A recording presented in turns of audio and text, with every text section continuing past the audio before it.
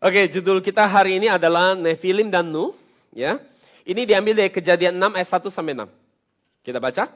Ketika manusia itu mulai bertambah banyak jumlahnya di muka bumi dan bagi mereka lahir anak-anak perempuan. Maka anak-anak Allah melihat bahwa anak-anak perempuan manusia itu cantik-cantik. Lalu mereka mengambil istri dari antara perempuan-perempuan itu. Siapa saja yang disukai mereka. Berfirmanlah Tuhan, Rohku tidak akan selama-lamanya tinggal di dalam manusia, karena manusia itu adalah daging, tetapi umurnya akan 120 tahun saja. Pada waktu itu orang-orang raksasa dalam bahasa Ibrani adalah Nefilim. Oke, saudara, kata raksasa di sini dalam bahasa Ibrani adalah Nefilim, sesuai dengan judul khotbah kita. Ada di bumi, dan juga pada waktu sesudahnya. Ketika anak-anak Allah menghampiri anak-anak perempuan manusia, dan perempuan-perempuan itu melahirkan anak bagi mereka, inilah orang-orang gagah perkasa di zaman purbakala, orang-orang yang kenamaan. Ayat 5, ketika dilihat Tuhan bahwa kejahatan manusia besar di bumi dan bahwa segala kecenderungan hatinya selalu membuahkan kejahatan semata-mata, maka menyesallah Tuhan bahwa ia telah menjadikan manusia di bumi dan hal itu memilukan hatinya. Demikianlah firman Tuhan. Jadi saudara, Nefilim yang kita bahas hari ini adalah makhluk yang banyak dibicarakan. Apakah saudara pernah dengar kata Nefilim atau ini baru pertama kali saudara dengar kata Nefilim? Saudara yang baru pertama kali dengar kata Nefilim, nama sebutan Nefilim ini pertama kali katakan? Oh banyak juga yang baru dengar kata Nefilim ya. Ini banyak dibicarakan, banyak digosipkan ya, diperdebatkan kata Nefilim ini. Jadi banyak perdebatan mengenai siapa Nefilim di sini. Jadi banyak orang beranggapan Nefilim sesuai terjemahan yang kita baca, ini adalah sosok manusia raksasa. Ya, seperti terjemahan Alkitab kita hari ini, apakah betul? Dan sebelum kita coba menggali siapa Nefilim ini, kita lihat dulu latar belakang ayat yang kita baca ini. Ini mengambil segmen waktu di zamannya Nuh. Dan kita akan membandingkan kehidupan Nefilim, ya, seperti apa kehidupan orang-orang yang disebut Nefilim ini, dengan kehidupan Nuh itu sendiri. Jadi ayat yang kita baca ini menjelaskan tentang kenapa alasan Tuhan melakukan penghakiman air bah. Dan Tuhan memperlihatkan seperti apa keadaan manusia di zaman Nuh waktu itu. Jadi mengapa Tuhan menghakimi dunia dengan air bah? Jadi alasan Tuhan menghancurkan semua ras umat manusia. Alasan dibalik penghakiman yang mengerikan ini adalah kita bisa lihat dari pandangan Yesus tentang seperti apa keadaan zaman Nuh. Di Matius 24, 37, 39 kita bisa lihat seperti apa Yesus menilai keadaan zaman Nuh waktu itu. Kita baca 23. Sebab sebagaimana halnya pada zaman Nuh, demikian pula halnya kelak pada kedatangan anak manusia. Sebab sebagaimana mereka pada zaman sebelum air bah itu makan dan minum, kawin dan mengawinkan, sampai kepada hari masuk ke dalam bahtera, dan mereka tidak tahu akan sesuatu sebelum air bah itu datang dan melenyapkan mereka semua, demikian pula lah halnya kelak pada kedatangan anak manusia. Jadi di akhir zaman, sebelum Yesus datang kembali, dikatakan Tuhan akan membawa penghakiman. Dan sama seperti yang terjadi di zaman Nuh. Dan jika kita mau diluputkan di hari penghakiman Tuhan di akhir zaman, kita yang mau selamat di hari itu, maka kita harus hidup seperti siapa? Kita harus hidup seperti Nuh. Kita harus hidup seperti Nuh. Karena Nuh adalah orang yang diluputkan dari hari penghakiman. Jadi alasan Nuh dapat diluputkan dari hari penghakiman, Alkitab katakan karena Nuh adalah orang yang berjalan bersama Tuhan. Terjemahan NASB, Kejadian 6 ayat 9, ya, kita baca sama-sama. Nuh adalah orang yang saleh. Tidak bercela di generasinya. Nuh berjalan bersama Tuhan. Nuh berjalan bersama Tuhan. Itu rahasianya kenapa Nuh menjadi orang yang diluputkan dari hari penghakiman Tuhan. Jadi kalau kita mau jadi orang yang diluputkan dari hari penghakiman itu, di akhir zaman, ya, maka kita harus jadi orang yang berjalan bersama Allah. Pertanyaan adalah apakah kita hari ini berjalan bersama Allah atau kenyataannya kita lebih suka memilih jalan hidup kita sendiri masing-masing. Bagaimana saudara? Kebanyakan kita apa? Cenderungnya kita berjalan bersama Tuhan atau lebih suka berjalan dengan suka-suka kita sendiri? Wah, saudara luar biasa. Jemaat NCM jemaat yang sangat jujur memang. Ya. Kebanyakan kita lebih suka memilih jalan suka-suka kita sendiri daripada kita melibatkan Tuhan berjalan bersama kita setiap hari dalam setiap keputusan kita, pikiran kita, tindakan kita, ataupun apapun yang kita mau lakukan, agenda pribadi kita, kita lebih suka memilih jalan kita sendiri. Jadi bagaimana kita bisa berjalan bersama Allah seperti Nuh di zaman kegelapan rohani di akhir zaman seperti kita sekarang ini. Yang pertama, poin pertama, kita akan lihat keadaan dunia di zaman Nuh hidup. Kejadian 6 ayat 1 sampai 2 terjemah AYT dikatakan ketika jumlah manusia di bumi terus bertambah, mereka juga melahirkan anak-anak perempuan. Anak-anak Allah melihat bahwa anak-anak perempuan manusia itu cantik-cantik, jadi mereka memilih perempuan manapun yang mereka sukai untuk dijadikan istri. Oke? Kalau kita lihat di sini, berarti ada dua jenis manusia. Oke? Satu jenis anak Allah, spesies anak Allah, ya. Satu lagi jenis anak manusia. Anak Allah adalah laki-laki, anak manusia adalah perempuan. So, masih mengikuti saya? Ya. Dan kalau begitu, siapa anak Allah, siapa anak manusia, dan mereka melahirkan Nephilim. Siapa Nephilim?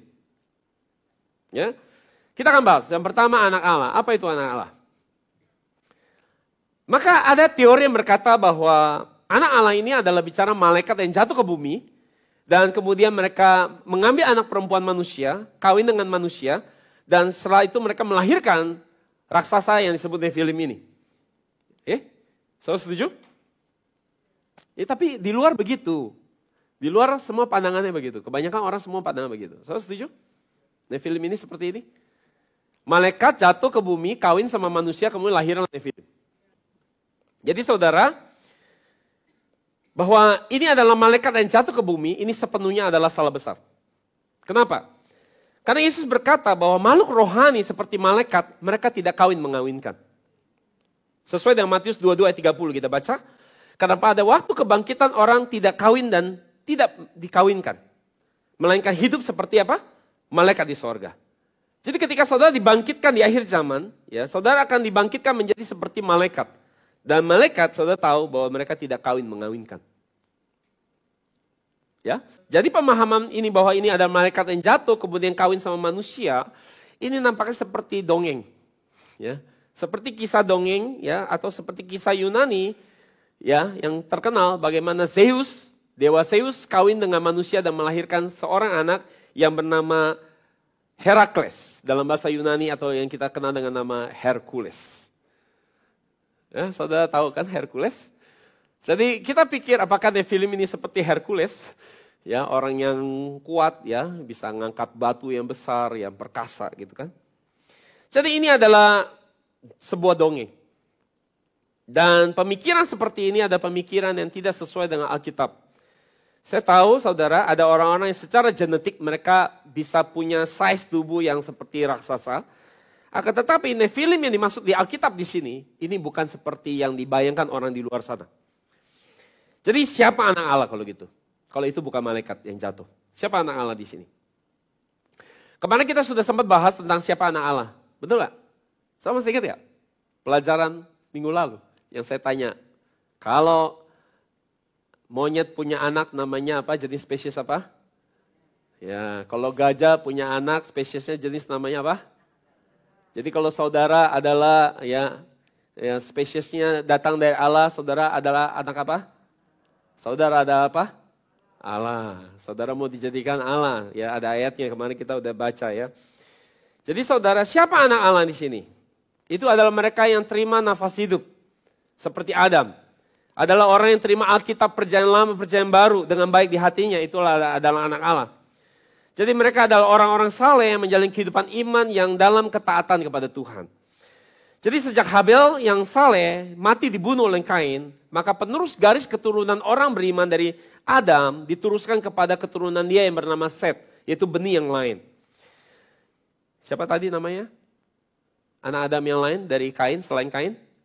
Set. Ya, jadi garis keturunan orang yang beriman itu diturunkan dari garis keturunan anak Adam yang bernama Set. Jadi jika kita baca di Lukas 3 ayat 38 adalah silsilah keturunan dari Yesus secara urutan menaik ke atas. Dari yang junior naik kepada yang senior. Ini namanya silsilah yang menanjak ke atas. Lukas 3:38 kita baca. Kenan adalah anak Enos, Enos anak Set, Set anak Adam, Adam adalah anak Allah. Jadi dari silsilah ini saya bisa lihat di paling atas yang terakhir dari seluruh anak-anak ini, ujung di atasnya adalah siapa? Allah. Allah itu sendiri. Jadi Adam ini anak siapa? Anak Allah. Anak Allah. Dan Adam sendiri dalam bahasa Ibrani artinya manusia. Ya, itu bukan nama orang. Itu adalah sebuah sebutan untuk manusia sebenarnya. Namanya sendiri sampai hari ini misterius. Ya kita nggak tahu nama aslinya siapa. Tapi Adam artinya manusia. Maka Adam itu juga bisa bicara saudara semua. Saudara adalah Adam, manusia. Sebagai orang yang terima firman dengan baik di hati saudara, maka saudara adalah anak-anak Allah. Dan silsilah ini saudara bisa lihat juga di Kejadian pasal 5. Tetapi bedanya silsilah di Kejadian pasal 5 adalah silsilah yang menurun ke bawah. Dari yang senior turun kepada yang junior. Yaitu dari Adam turun kepada Set, Enos, Kenan, dan seterusnya. Jadi beda silsilah di Kejadian pasal 5 secara urutan. Kejadian pasal 5 adalah silsilah yang menurun ke bawah. Silsilah Yesus adalah yang di Lukas adalah silsilah yang dari bawah naik ke atas. Jelas ya? Kejadian adalah silsilah yang dari mana? Dari atas menurun ke bawah. Ya. Menurun ke bawah. Kalau Lukas dari bawah naik ke atas. Silsilah seperti itu. Maka kita bisa tahu bahwa keturunan Set adalah keturunan dari anak Allah. Jika kita lihat di Roma 8:14 dikatakan semua orang yang dipimpin Roh Allah adalah anak Allah. Yohanes 6:63b katakan perkataan-perkataan kukatakan kepadamu, ini Yesus yang berkata. Perkataan-perkataan kukatakan kepadamu adalah roh dan hidup. Apa itu roh? Ya, orang pikir orang karismatik pikir bahasa roh, bukan. Roh itu adalah apa? Perkataan Yesus, itu firman Yesus. Jadi artinya dipimpin Roh Allah, artinya dipimpin oleh apa? Firman Yesus, artinya dipimpin oleh apa? Alkitab perjanjian lama, perjanjian baru. Bukan Alkitab yang boleh dicomot-comot, ya, dipelintir-pelintir, bukan. Dipimpin oleh Roh Allah, artinya saudara adalah orang yang bisa menerima dengan baik firman Tuhan, Alkitab perjanjian lama dan perjanjian baru dengan baik di hati saudara. Kalau saudara terima itu, artinya saudara orang yang terima Roh Allah, terima perkataan Yesus. Jadi jelas sekarang, anak Allah di Kejadian pasal 6 bukanlah malaikat yang jatuh ke bumi. Oke? Seperti yang dipikirkan kebanyakan orang di luar sana sampai hari ini. Tetapi mereka adalah orang yang dipimpin Roh Allah, mereka adalah orang yang dipimpin oleh firman Tuhan. Mereka adalah orang yang menjalani hidup yang saleh dan kudus, yang tidak terikat oleh hal-hal yang duniawi. Galatia 3:26 katakan sebab kamu semua adalah anak-anak Allah. Karena iman di dalam Yesus Kristus. Jadi kita jadi anak Allah karena kita pegang firman Yesus. Dan banyak ayat yang seperti ini yang katakan bahwa kita adalah anak Allah. Jadi dikatakan sekarang yang jadi menarik, kita akan jawab siapa anak manusia di sini. Siapa anak manusia di sini? Jadi poin yang kedua adalah anak manusia. Jika anak Allah adalah garis keturunan Set, adalah orang yang beriman, ya, mereka hidup taat pada firman Tuhan. Jadi kalau kita pikir, menurut saudara, siapa anak manusia di sini? Pinter sekali ya. Jadi mereka yang adalah anak manusia adalah garis keturunan dari Kain. Garis keturunan Kain. Maka sudah jelas bahwa garis keturunan yang lain selain garis keturunan Set, orang beriman, adalah garis keturunan orang yang berdosa yang dalam hal ini diwakili oleh seluruh keturunan daripada Kain. Maka kita akan lihat seperti apa gaya hidup keturunan Kain ini. Kejadian 4:16 kita baca. Lalu Kain pergi dari hadapan Tuhan dan ia menetap di tanah Nod di sebelah timur Eden. Jadi keturunan Kain adalah orang-orang memulai kehidupan iman mereka dengan cara apa? Memisahkan diri mereka dari hadapan Tuhan. Mereka memulai perjalanan hidup mereka dengan menjauh dari Tuhan. Maka saudara, mereka adalah orang-orang meninggalkan Tuhan, memberontak dan tidak taat kepada firman Tuhan, hidup suka-suka sendiri, melakukan segala sesuatu menurut kesenangan sendiri. Dan mengejar segala sesuatu buat kemuliaan diri sendiri. Maka garis keturunan Set adalah orang-orang kudus di hadapan Tuhan yang menjaga dan memelihara firman dengan baik dalam hidup mereka. Sebaliknya garis keturunan Kain adalah garis keturunan yang hidupnya hanya mengejar kesuksesan, kaya, materi, dihormati banyak orang. Dan inilah gambaran anak manusia. Dan saudara, di dalam perjalanan hidup mereka, dua garis keturunan ini mereka hidup berdampingan. Apa yang terjadi? Karena anak-anak dari garis keturunan Kain, mereka adalah orang-orang yang sukses. Mereka adalah orang yang berhasil, terkenal, ya punya pengaruh yang hebat. Ya secara materi mereka sangat diberkati. Maka anak-anak dari garis keturunan Set, mereka mulai berpikir alangkah indahnya kehidupan orang-orang dari garis keturunan Kain. Dan mereka mulai mengagumi keturunan Kain. Ya, karena mereka melihat secara lahiriah. Dan akhirnya mereka mau juga mengikuti jejak garis keturunan Kain. dan mulai menjalani kehidupan seperti mereka. Dan akhirnya mereka membiarkan anak-anak laki-laki mereka menikah dengan anak perempuan dari garis keturunan Kain. Dan kita tahu di dalam setiap pernikahan yang terjadi bukan hanya dua orang menikah, tapi ada percampuran budaya, ideologi, dan pemahaman ketika seseorang menikah.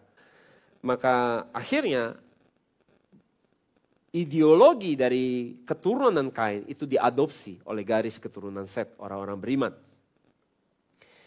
Alkitab jelas-jelas mengatakan bahwa kita harus memisahkan diri dari orang-orang dunia supaya kita jangan seperti mereka. Tetapi mereka malah sebaliknya menikah dengan orang-orang ini. 1 Korintus 6, 17, 18 kita baca. Karena itu keluarlah kamu dari tengah-tengah mereka dan berpisahlah kata Tuhan. Janganlah menjamah apa yang najis, maka aku akan menerima kamu. Dan aku akan menjadi bapa bagimu dan kamu akan menjadi anak-anakku laki-laki dan anak-anakku perempuan. Demikian firman Tuhan yang Maha Kuasa. Jadi sebagai anak Allah kita harus menjalani hidup yang terpisah dari dunia ini.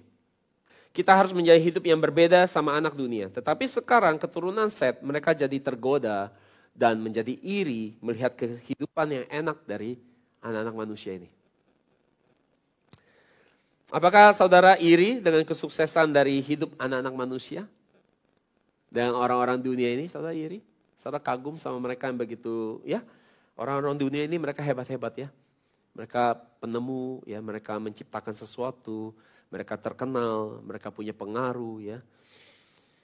Saudara, mungkin kita bisa menjadi iri, lihat kesuksesan, ya, lihat hidup yang enak dari orang-orang fasik ya.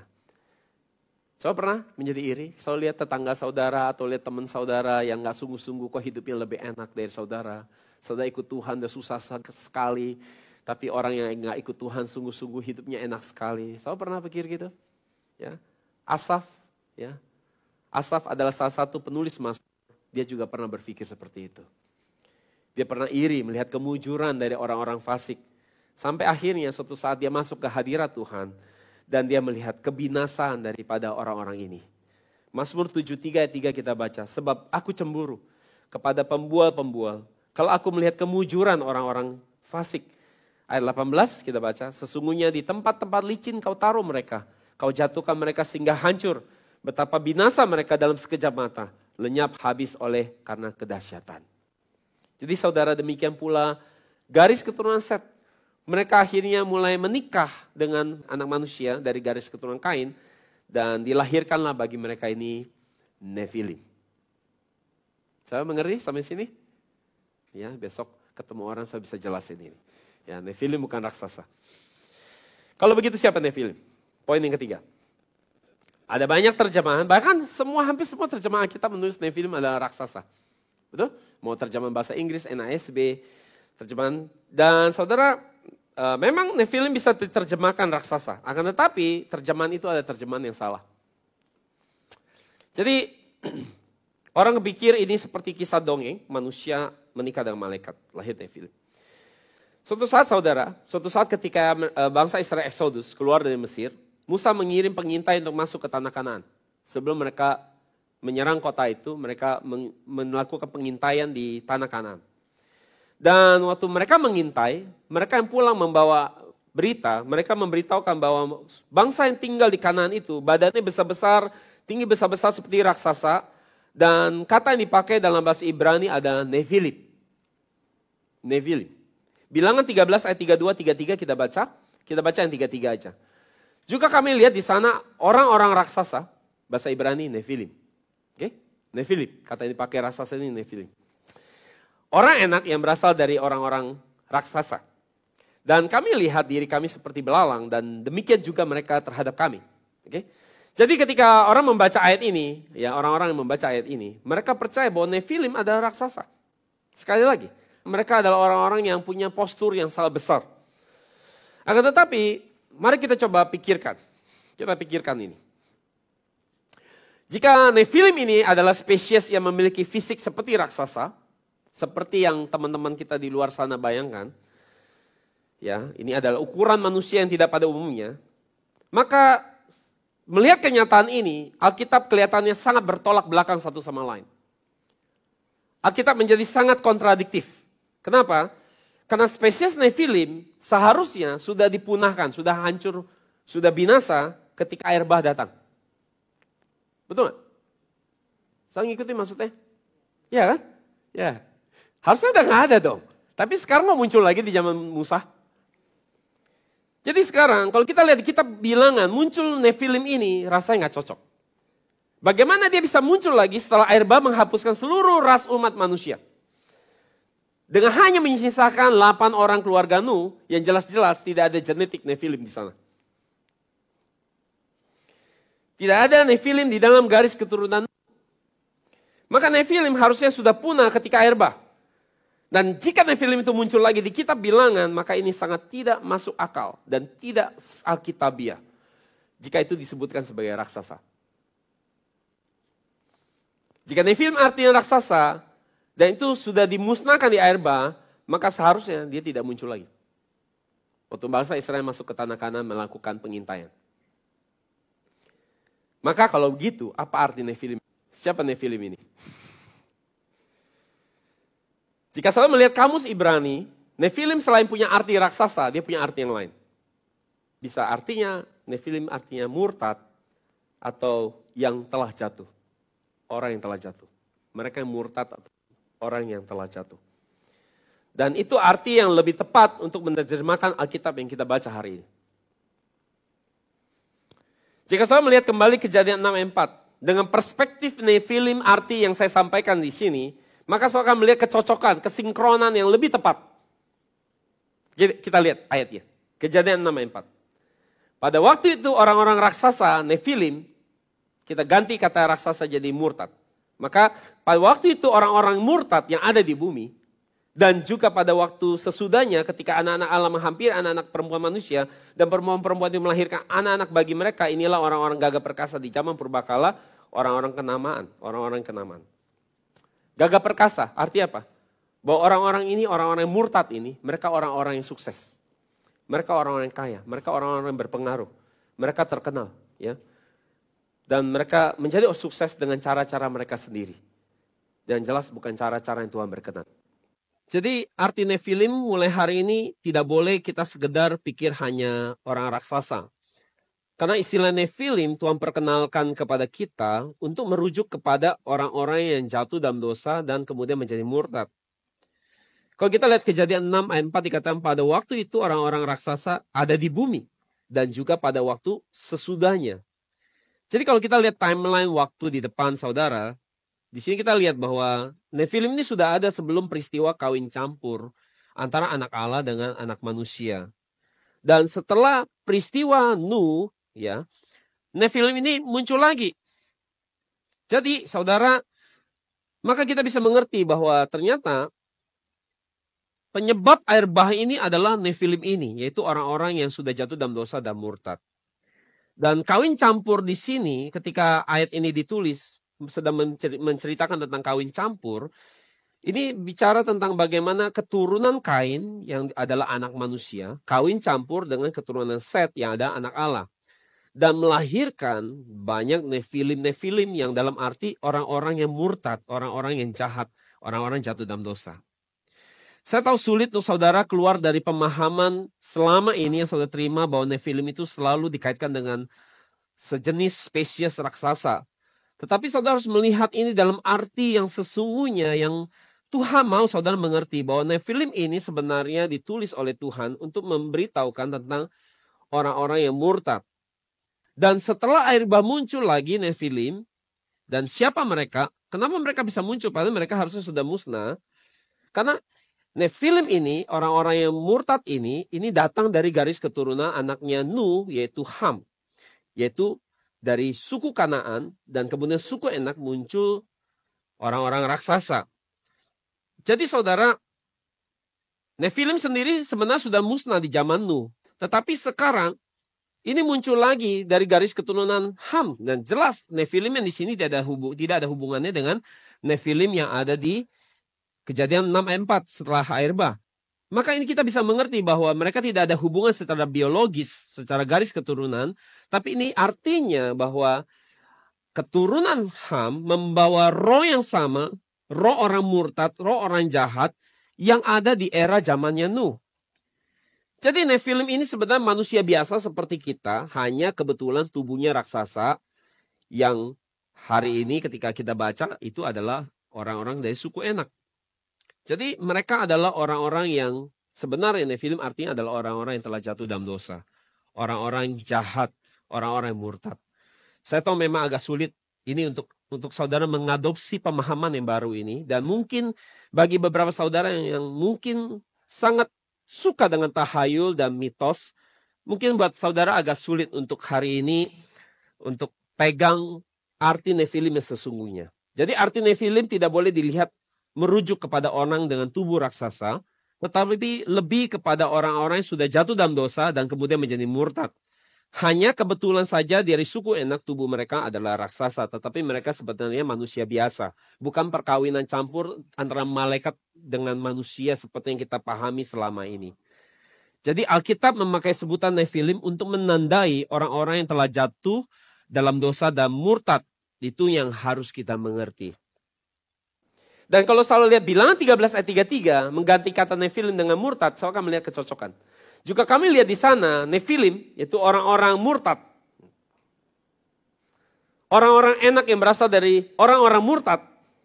Ya, dan kami lihat diri kami seperti belalang dan seterusnya.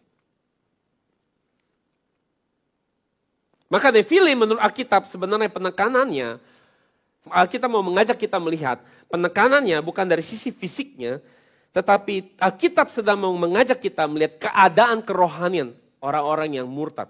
Orang-orang imannya telah jatuh. Untuk menjelaskan Nefilim ini. Jadi sebutan bagi orang murtad yang jatuh dalam dosa, yang memisahkan diri dari hadapan Tuhan, yang hidup tidak mau lagi hidup bergereja, sebutan yang pas bagi mereka adalah Nefilim. Jadi saudara sekarang gak susah menyebut orang-orang yang mungkin tidak mau sungguh-sungguh beribadah kepada Tuhan. Kita boleh sebut sebagai apa? Nefilim. Ya, orang yang murtad. Maka kita akan menemukan bahwa Alkitab sekarang jadi sinkron. Jadi jelas semua. Secara urutan sejarah dan waktu. Jadi ketika melihat orang murtad dan meninggalkan Tuhan, kita bisa sebut Nefilim. Mereka adalah orang yang hidup tidak mau taat pada perintah Tuhan, hidup suka-suka sendiri, menjauhkan diri dari hadapan Tuhan, dan sebutan yang pas adalah Nefilim. Jadi Nefilim adalah untuk menandai atau menyebutkan orang-orang yang telah murtad. Itu yang Alkitab mau sampaikan. Dan kalau saya lihat, mereka ini bukan orang-orang sembarangan, mereka orang yang kuat, hebat, berpengaruh, terpandang, dihormati di masyarakat, karena secara materi mereka sangat berkelimpahan hidupnya. Mereka memperoleh segala sesuatu dengan cara-cara mereka sendiri. Mereka adalah orang yang diberkati dengan sangat luar biasa. Saudara jangan iri sama mereka. Ya, mereka diberkati oleh setan. Ya, dan ya setan juga bisa kasih berkat, saya harus tahu itu. Ya, karena dunia ini ada di bawah kendali dia. Jadi dia bisa memberikan dunia ini buat kita. Ya, saudara jangan pikir hanya Tuhan yang bisa kasih berkat. Setan juga bisa kasih berkat. Karena dunia ini sudah di bawah kendali setan. Jadi dia bebas lah mau bagi-bagi. Dan mereka adalah orang yang berpengaruh dan hebat. Dan mereka hidupnya sejahtera dibanding saudara yang mungkin sungguh-sungguh pelihara firman Tuhan.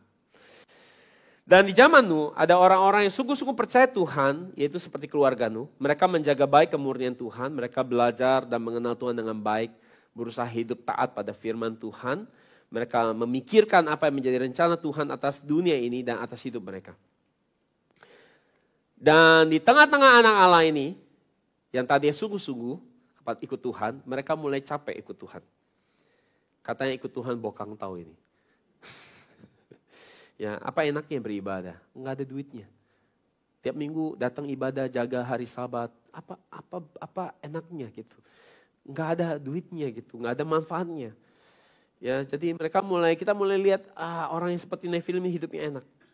Dan pelan-pelan orang-orang ini mulai enggak peduli sama firman, enggak peduli sama Tuhan. Dan seperti itu keadaan zaman Nuh hidup. Dan seperti ini juga di zaman kita hari ini hidup. Jadi ada orang yang sungguh-sungguh dulu taat perintah Tuhan tetapi mulai iri lihat kesuksesan anak dunia. Sehingga mulai mengambil jalan hidup yang sama seperti mereka. Dan tidak lagi tertarik datang ke gereja, tidak lagi tertarik belajar firman. Ya. Ukurannya selalu dari duit, materi. Ya.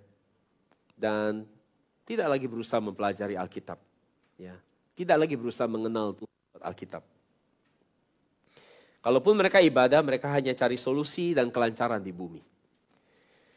Dan hanya menggunakan ayat Alkitab untuk melegalitas keinginan hawa nafsu diri mereka. Dan mereka adalah orang-orang yang telah berkhianat kepada firman Tuhan. Ya, agak keras, tapi memang benar.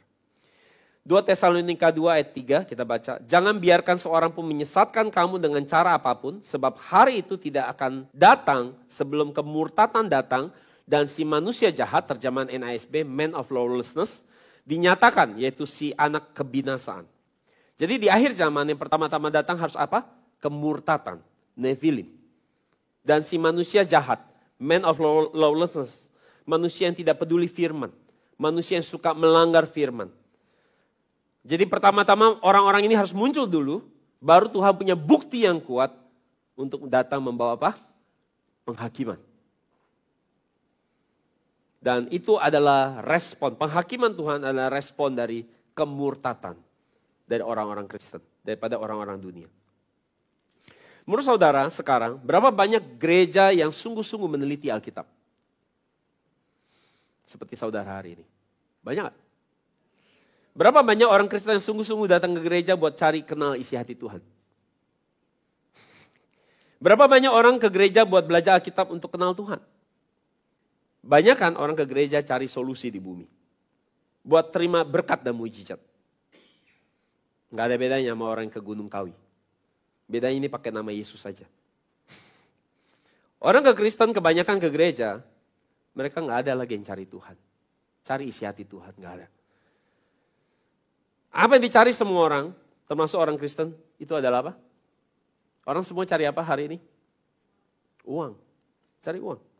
Lagu sekolah minggu saya masih powerful sampai hari ini. Apa yang dicari orang? Apa yang dicari orang pagi, siang, petang, malam? Uang, uang, uang. Bukan Tuhan Yesus.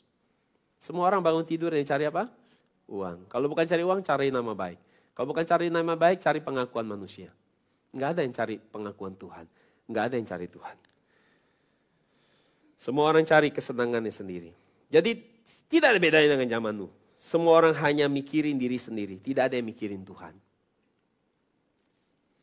Yang kedua kita akan lihat dosa orang-orang di zaman Nuh. Alasan mengapa hanya 8 orang yang masuk Batra. Kemana yang lain? Kemana saudara Nuh? Kemana teman-teman Nuh? Kenapa hanya 8 orang yang masuk ke dalam Batra? Dan alasannya Alkitab jelas sudah kasih tahu kita di Kejadian 6 ayat 5. Kita baca. Tuhan melihat bahwa kejahatan manusia demikian besar di bumi dan setiap maksud pikiran dari hatinya semata-mata jahat sepanjang waktu. Jadi orang di zaman Nuh, mereka hanya dipenuhi oleh pikiran dosa. Mereka hanya mikirin diri sendiri, hanya mengejar kesenangan sendiri. Dan Alkitab katakan bahwa hati mereka hanya condong kepada dosa dan hanya memuaskan keinginan sendiri. Jadi kalau kita lihat keadaan di zaman itu sebenarnya tidak ada bedanya dengan di zaman sekarang. Jadi dikatakan bahwa di bumi di saat itu tidak ada tempat yang tidak ada dosa. Tidak ada tempat yang tidak dipenuhi, semua pelosok bumi telah dipenuhi oleh dosa. Dan Alkitab katakan maksud pikiran dan hati semata-mata jahat seperti yang kita baca ini. Itu artinya adalah hati yang condong hanya kepada kejahatan sepanjang waktu. Jadi saudara, artinya semua isi hatinya kalau di black yang keluar hanya yang jahat. Enggak ada yang baik. Kata maksud di sini dalam bahasa Ibrani adalah yetser. Yetser artinya adalah bentuk atau kerangka. Apa maksudnya bentuk atau kerangka? Artinya kerangka pikirnya atau bentuk pemikirannya itu hanya jahat. Jadi saudara, semua yang dipikir mentoknya hanya mikirin tentang yang jahat. Hanya mikirin diri sendiri. Tidak pernah berpikir sedikit pun tentang Tuhan. Tidak pernah berpikir sedikit pun tentang perkara yang di atas. Hal-hal yang rohania. Semua yang dipikir hanya di bawah. Kalaupun beragama, hanya dipikirkan bagaimana memberikan solusi buat kehidupan di bumi. Jadi semua yang keluar dari pikiran manusia di zaman itu sepenuhnya hanya yang jahat. Karena bentuk pemikiran mereka adalah pemikiran yang duniawi dan bukan pikiran yang ilahi. Dan kalau saya lihat mereka, tampak luar mereka ada seperti orang yang baik. Mereka memberikan citra diri yang baik. Mereka bicara dengan sopan, sangat terpelajar, bicara dengan ramah. Tetapi di dalam hati mereka hanya mikirin diri mereka sendiri. Mereka keras kepala, sombong, penuh hawa nafsu dan serakah. Melihat dirinya mereka bagus, tidak pernah peduli sama Tuhan. Dan hanya memikirkan kesenangan sendiri. Mereka bisa saja menjadi orang yang kelihatannya baik. Banyak melakukan donasi, berbuat amal. Akan tetapi mereka melakukan semua itu hanya buat pencitraan. Supaya menjadi kelihatan baik di depan banyak orang. Mereka berusaha memperlihatkan diri mereka baik di mata orang lain, tanpa memikirkan yang lebih penting adalah bagaimana apa yang Tuhan pikirkan tentang hidup mereka. Jadi tampak luar mereka sangat bagus.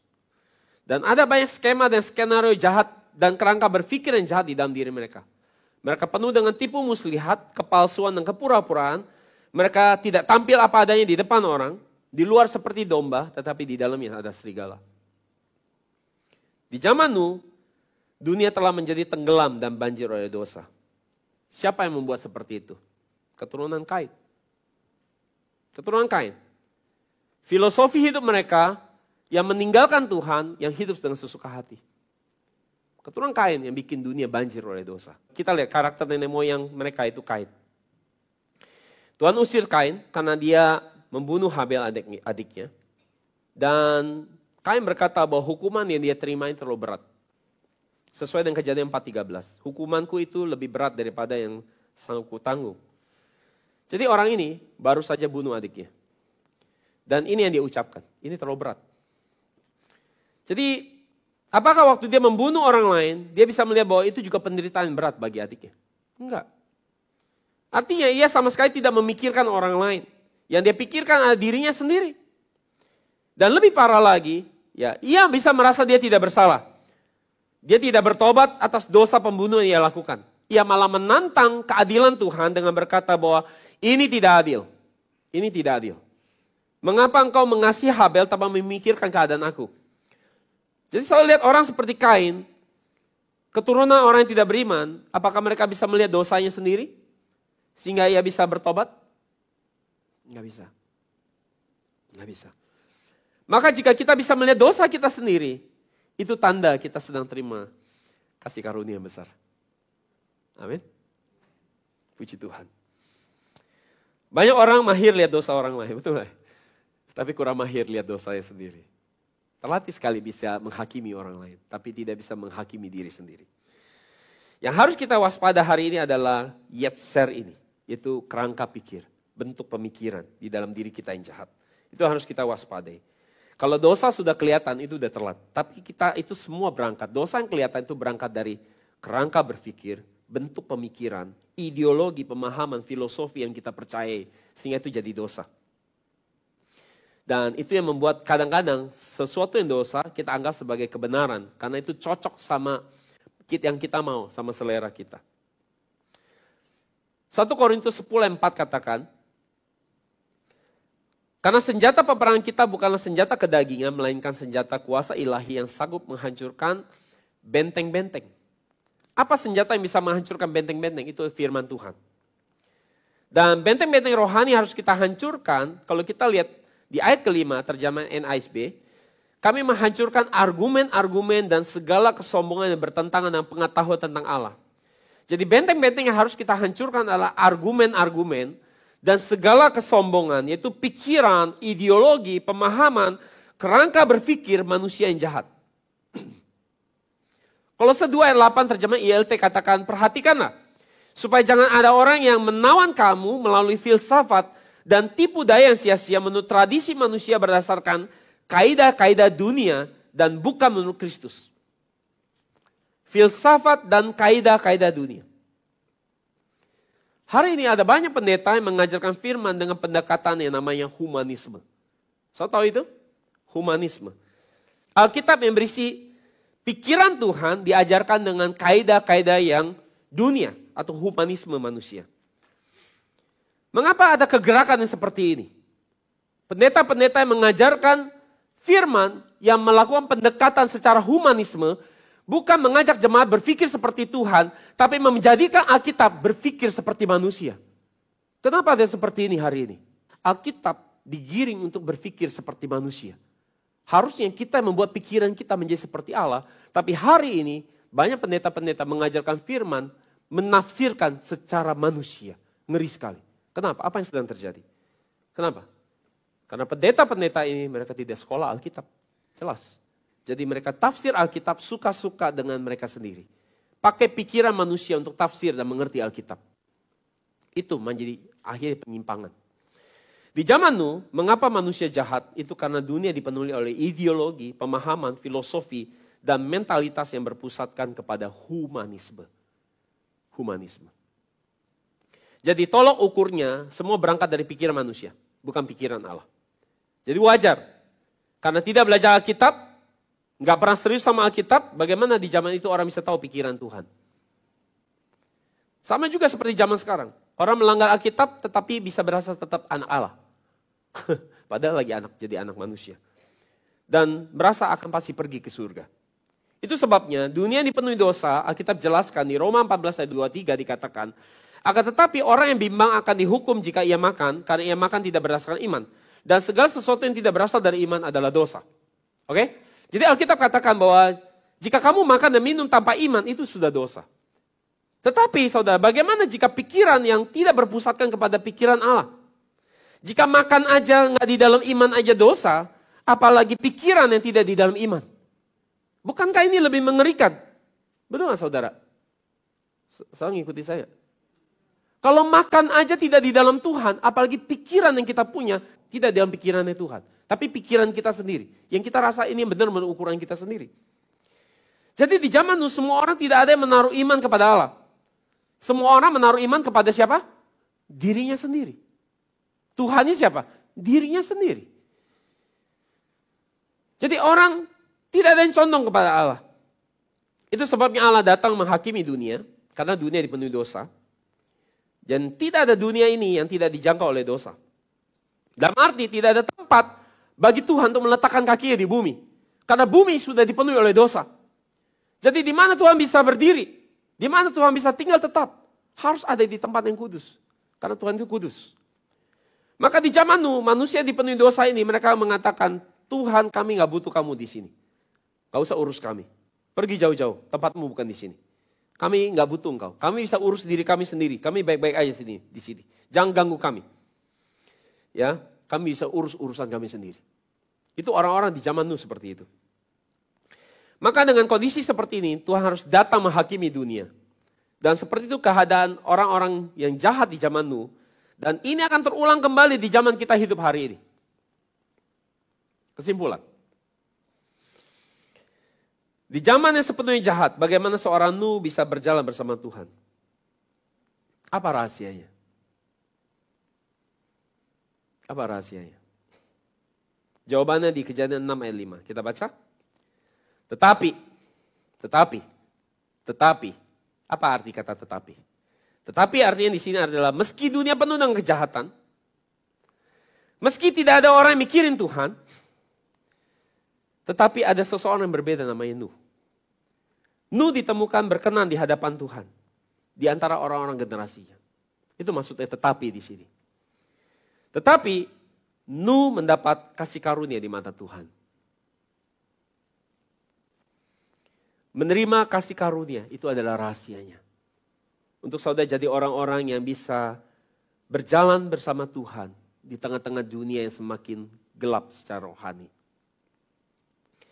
Jadi kunci kita bisa menang di dalam dunia yang jahat ini adalah menjadi orang yang menerima kasih karunia. Amin.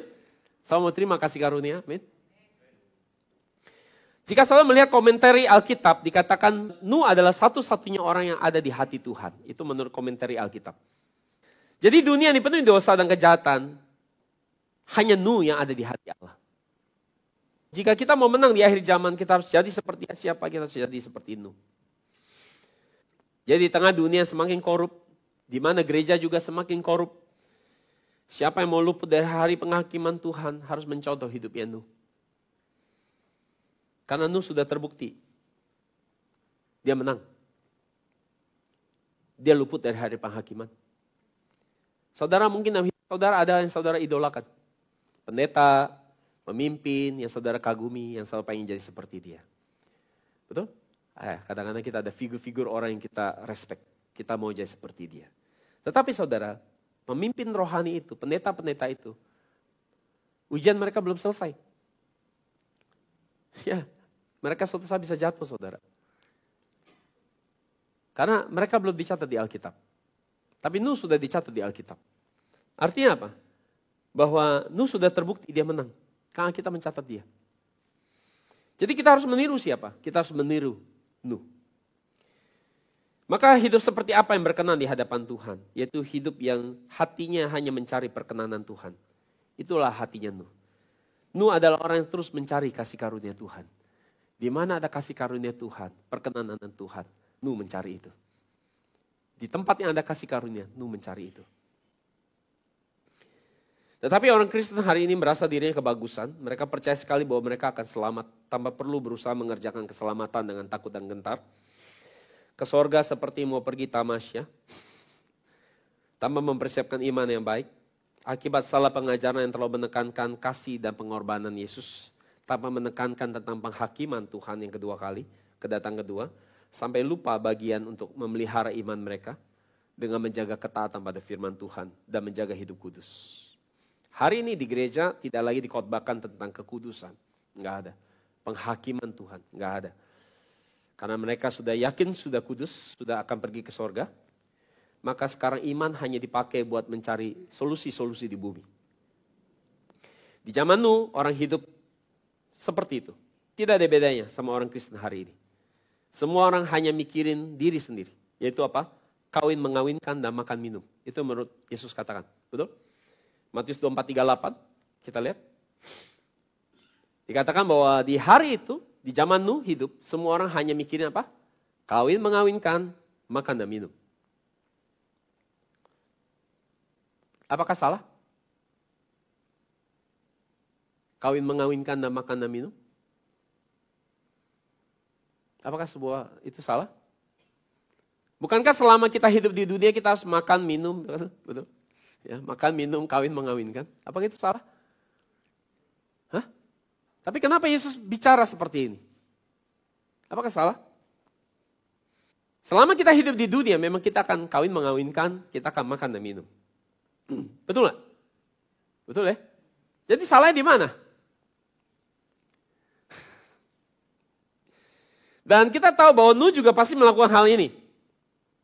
Tetapi apa bedanya Nuh dengan orang di generasinya dia?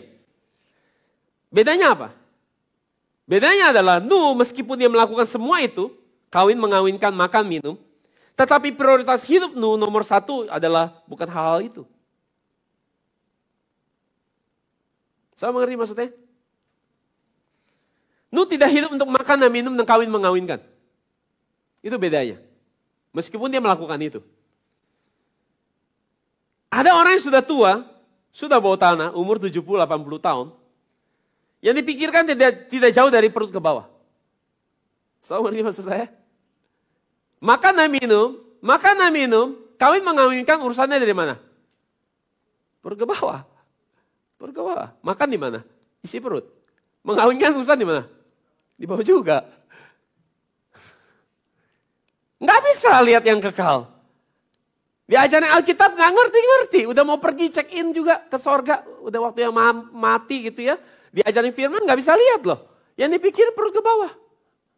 Seks, makan, 70-80 tahun. Jadi apakah menjamin orang kalau udah tua bisa mikirin yang di atas? Mikir hal yang kekal, mikirin kematian. Enggak juga. Biarpun udah bawa tanah pun, kalau pikirannya hanya perut ke bawah, ya perut ke bawah. Serem gak saudara? Jadi Nuh, hatinya selalu mikirin Tuhan, selalu berpihak kepada Tuhan. Maka Nuh tidak dipimpin oleh urusan perut ke bawah. Urusan dia tidak mikirin hanya makan dan minum, kawin mengawinkan. Tetapi Nuh dipimpin oleh hati yang selalu memikirkan Tuhan, memprioritaskan Tuhan. Itu sebabnya Nuh, karena dia hati yang selalu berpihak sama Tuhan. Nuh selalu memikirkan Tuhan. Nuh selalu mencari perkenanan Tuhan. Nuh selalu mencari kasih karunia Tuhan. Itu sebabnya Nuh bisa membangun Bahtera berapa tahun? Saya tahu Nuh membangun Bahtera berapa tahun? Ada ahli teologi yang bilang 120 tahun, salah besar. Nuh bangun Bahtera berapa tahun? 70 sampai 80 tahun. Itu hasilnya. Saudara, Kalau saudara mikirin pekerjaan Tuhan di NJM 5 tahun, mungkin masih oke. Bagaimana 10 tahun? Bagaimana kalau 20 tahun? Saudara bayangin, seumur hidup saudara cuma di gereja. Melayani Tuhan di gereja. Bukan 10 tahun, bukan 20 tahun, 70, 80 tahun. Enggak mikirin yang lain. Orang kalau bisa cuma mikirin bangun Bahtera 70, 80 tahun, itu orang udah harus buang dirinya. Lu gak kepikiran jalan-jalan ke mall, saudara. Waktunya udah habis terbuang mikirin pekerjaan Tuhan. Lu gak sempat lagi mikirin kesenangan dirinya. Gak sempat. Lu gak sempat mikirin lagi dia mau beli baju baru mungkin. Gak sempat. Otaknya hanya mikirin pekerjaan Tuhan, bangun Bahtera. Berapa tahun? 70, 80 tahun. Jadi kita bisa tahu bahwa Nuh udah buang dirinya berapa tahun? 70, 80 tahun. Orang bisa ikut Tuhan 70, 80 tahun. Itu udah harus buang dirinya. Hidupnya fokusnya bukan dirinya punya kesenangan. Tapi kesenangan Tuhan.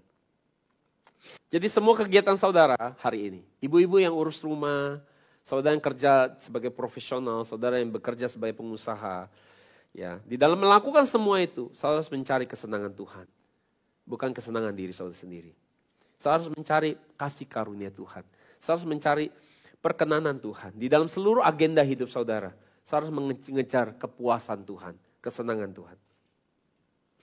Jadi Nuh secara aktif, dalam semua aktivitas hidupnya, dia hanya melakukan semua tugas yang Tuhan percayakan, yaitu membangun Bahtera.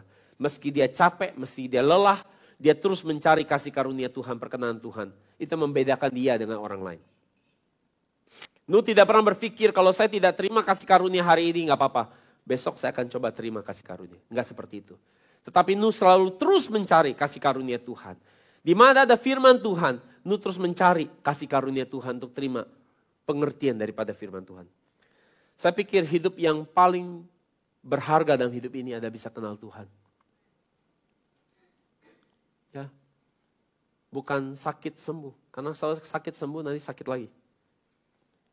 Bukan miskin jadi kaya. Karena nanti bisa miskin lagi. Bukan bisa punya sesuatu. Karena udah punya nanti bosan dan pengen punya lagi yang lain. Saya pikir hidup yang paling berarti. Ada hidup yang setiap hari bisa kenal hati Tuhan. Mau dihargai berapa? Bisa kenal Tuhan. Betul gak? Saya rasa itu hidup yang paling berarti. Hidup yang bisa lihat dunia Tuhan. Tadi waktu saya duduk ibadah. Tuhan bawa saya masuk di waktu Musa memandang gunung Sinai di dalam kekelaman, di mana Tuhan hadir seperti halilintar. Dan saya melihat adegan itu indah sekali. Dan Tuhan bilang sama saya, jika setiap orang bisa terserap masuk ke dalam keadaan itu, mungkin orang akan meninggalkan dirinya, melupakan dirinya. Ya, bisa melihat hal seperti itu buat saya itu sangat berharga. Jadi kita harus jadi orang yang peka dan siap sedia ketika ada firman Tuhan dicurahkan. Kita harus ada di tempat di mana kasih karunia Allah dicurahkan. Jangan sampai saudara kehilangan kesempatan itu. Ketika Tuhan bicara, menegur saudara, mengingatkan saudara, jangan keraskan hati. Saudara harus jadi orang yang jangan kehilangan kesempatan untuk terima kasih karunia. Kalau begitu, apa itu kasih karunia? Supaya kita bisa terima dengan baik. Apa definisi kasih karunia? Banyak orang berpikir kasih karunia adalah dulu saya miskin, sekarang saya dikaya. Itu kasih karunia Tuhan. Atau dulu saya gak bisa bikin apa-apa loh, tapi sekarang saya bisa berhasil karena Tuhan. Itu saya karena kasih karunia. Benar? Kita suka pikir kasih karunia kayak gitu kan? Saya gak punya keahlian apapun loh, tapi sekarang saya bisa jadi orang yang berarti. Ya itu kasih karunia Tuhan. Ada lagi orang pikir, kalau kita lagi di parkiran susah sekali cari parkiran. Dan tiba-tiba kita dapat parkiran, selalu dapat parkiran. Itu tandanya kita terima kasih karunia. Tapi apa itu kasih karunia? Apa itu terima kasih karunia? Kita mendefinisikan dengan baik kasih karunia. Titus 2 ayat 11-12 kita baca. Karena kasih karunia Allah yang menyelamatkan semua manusia sudah nyata. Ini definisinya. Ia mendidik kita supaya kita meninggalkan kefasikan dan keinginan-keinginan duniawi. Dan supaya kita hidup bijaksana, adil dan beribadah di dalam dunia sekarang ini. Bukan di surga. Di dunia sekarang ini. Jadi apa definisi terima kasih karunia? Apa artinya terima kasih karunia? Yang pertama, bisa menerima firman Tuhan dengan baik di hati. Alkitab Perjanjian Lama, Perjanjian Baru. Itu saudara terima kasih karunia. Dengan firman, itu tidak terima kasih karunia. Alkitab coba dijabarin saudara, nggak ngerti. Itu nggak terima kasih karunia loh, serem banget. Yang kedua, bisa jujur melihat kekurangan diri sendiri, sehingga ada pertobatan setiap hari. Yang ketiga, bisa menerima kemampuan dari Tuhan untuk memisahkan diri dari keterikatan, attachment akan hal-hal duniawi dan dosa. Bisa buang dosa, bisa nggak lagi mencintai hal-hal dunia. Itu terima kasih karunia. Banyak sekali yang diterima itu. Kasih karunia gede banget yang saudara terima. Yang keempat, rajin beribadah. Dengan fokus iman adalah firman dan doa. Yang kelima, hidup bijaksana. Artinya bisa membedakan mana yang fana, mana yang kekal. Mana yang sia-sia, mana yang berarti. Bisa mengerti hal-hal rohani. Itu saudara terima kasih karunia. Yang keenam, selalu memihak kepada kepentingan Allah, bukan kepentingan diri sendiri. Bisa jadi orang yang belain Tuhan, bukan bela kepentingan sendiri. Jadi meski itu orang Kristen, kalau pikirannya hanya uang, pikirannya hanya mikirin kesenangan sendiri, memuaskan hawa nafsu sendiri, ukuran tertinggi hidupnya diukur pakai uang, nama baik, mau dihormati, dipuji manusia, menurut saudara dia terima kasih karunia enggak? Kalau nggak bisa dengan firman yang murni, bawaannya ngantuk, hanya bisa dengan firman yang lucu-lucu, yang seperti stand up comedy, yang hanya bisa dengan kesaksian manusia, hanya bisa dengan firman yang kayak seminar motivasi yang sekuler, dia terima kasih karunia nggak? Kalau hidup hanya mengejar hal-hal dunia, yang ujungnya mentok hanya di bumi, yang dunia yang akan dibinasakan, nggak bisa lihat perkara yang di atas seperti Kolose 3 katakan, hendaklah kau memikirkan perkara yang di atas di mana Kristus ada, nggak bisa lihat dunia yang kekal itu. Terima kasih karunia, nggak terima. Tapi kalau bisa melepaskan keterikatan akan kecintaan akan uang, pengakuan manusia tidak penting lagi, bisa menghargai Alkitab, firman Allah, Alkitab Perjanjian Lama, Perjanjian Baru, dan hanya mencari pujian dan pengakuan Tuhan, dia terima kasih karunia. Terima banyak, terima banyak sekali kasih karunia. Kalau hidup semakin kudus, semakin tidak melekat kepada perkara dunia, bisa menghargai hal-hal rohani, misalnya menjaga hari ibadah, menjaga doa, menjaga baca Alkitab setiap hari. Terima kasih karunia, terima banyak, terima banyak sekali. Kalau setelah baca Alkitab, bisa lihat dunia firman, semakin pengen mengejar hidup yang kekal, dibanding mengejar hidup yang fana di dunia ini, semakin bisa percaya kemutlakan daripada Alkitab Perjanjian Lama, Perjanjian Baru, tanpa ada keraguan sedikit pun, terima kasih karunia, terima banyak sekali terimanya. Terima banyak sekali. Sungguh luar biasa, terima banyak sekali kasih karunia. Di akhir zaman, adalah zaman di mana orang semakin sulit menemukan kasih karunia. Ini ada waktu di mana orang sulit untuk dapat kasih karunia. Sedikit sekali orang akan bisa lihat firman dan menghargai firman. Orang hanya menghargai uang dan kekuasaan. Akan tetapi di zaman seperti Nuh mendapat kasih karunia di hadapan Tuhan. Dia bisa melihat dan menghargai firman, yaitu Alkitab. Di saat di zaman itu Alkitab dianggap seperti dongeng dan tahayul yang tidak penting seperti orang Kristen hari ini. Nggak anggap penting Alkitab. Gantikan Alkitab dengan mujizat karunia-karunia Roh Kudus. Nubuat-nubuat menggantikan pentingnya belajar Alkitab. Saya nggak berkata itu tidak penting. Tapi itu tidak boleh menggantikan kecintaan kita kepada hati Tuhan. Karena berisi isi hati Tuhan. Bukan pemberian yang bentuknya mujizat dan nubuat. Atau karunia-karunia. Itu pemberian dari Tuhan. Tetapi Alkitab adalah isi hati Tuhan. Jabatan rohani di gereja. Pelayanan untuk dilihat banyak orang. Menjadi ukuran kerohanian yang baik hari ini di mata banyak orang. Jika banyak orang lihat kita, banyak orang muji kita. Kita anggap itu rohani. Tetapi itu ada tipu daya iblis. Untuk setiap kita pegang atribut-atribut yang kelihatan rohani. Menggantikan pentingnya belajar Alkitab dan kenal Tuhan dengan baik. Kita melayani Tuhan, tapi kita tidak pernah peduli isi hati dia. Kita melayani Tuhan, tapi kita tidak pernah berusaha mengejar apa yang menjadi kehendak di atas hidup kita. Ini ada tipuan yang paling hebat yang iblis sedang kerjakan, membuat kita sibuk pelayanan. Mengejar posisi yang tinggi dan terhormat di dalam dunia bergereja. Tujuannya apa? Supaya kita tidak sungguh-sungguh mau belajar Alkitab. Kenapa? Karena setan iblis tahu. Dia akan mengupayakan segala cara supaya orang Kristen jangan kenal pencipta mereka dengan baik lewat Alkitab. Kenapa? Karena ukuran untuk orang bisa masuk surga, itu harus kenal Tuhan. Itu harus Tuhan kenal dia. Dan setan akan cegah banyak orang untuk kenal Tuhan dengan baik melalui Alkitab. Sesuai dengan Matius 7, 21, 23. Orang yang bisa masuk ke kerajaan surga adalah orang yang dikenal Tuhan. Dan bicara kenal, bukan kita yang berasa GR kita kenal. Harus Tuhan yang mau ngakuin kenal kita. Dan itu repot. Sampai hari ini kita gak tahu Tuhan mau ngakui kita kenal kita atau enggak. Betul gak? Karena pengakuan bukan dari kita, dari Tuhan. Nuh telah menerima banyak kasih karunia. Ia terima firman dengan baik di hatinya. Dan sebagai hasilnya Nuh dapat memisahkan diri dari keterikatan akan hal dunia. Dan hidup dia hanya memikirkan pekerjaan Tuhan. Yaitu membangun Batra. Seperti kita hari ini membangun gereja kita. Kita bekerja terus buat pekerjaan penyebaran firman yang murni ini. Supaya banyak orang bisa dengar dan bisa kenal penciptanya. Supaya banyak orang bisa diselamatkan. Di waktu yang semakin singkat ini. Maka kiranya kehidupan iman kita seperti Nuh menerima banyak kasih karunia. Sehingga kita diluputkan dari hari penghakiman yang akan segera datang. Dan kiranya kita tidak menjadi Nefilim. Orang-orang yang murtad, orang-orang yang telah jatuh. Orang-orang yang tidak bisa melihat hal-hal rohani. Tidak bisa menghargai hal-hal rohani. Mereka adalah gambaran orang-orang yang hanya memikirkan diri sendiri. Memikirkan kesenangannya sendiri. Tidak pernah sedikit pun memikirkan Tuhan pencipta mereka. Tidak pernah memikirkan dengan serius Alkitab dan hal rohani.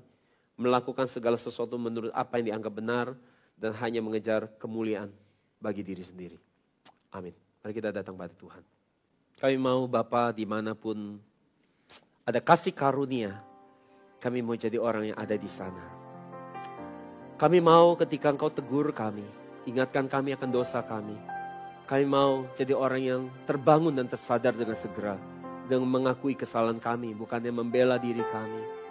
Supaya kami jadi orang yang terima banyak kasih karunia. Kami mau Bapa ketika firman disampaikan. Kami mau melihat firman ini bukan buat orang lain. Tapi firman ini buat diri kami. Untuk mengoreksi kami, untuk menjadikan kami pribadi yang lebih baik lagi. Berkenan di hadapan-Mu.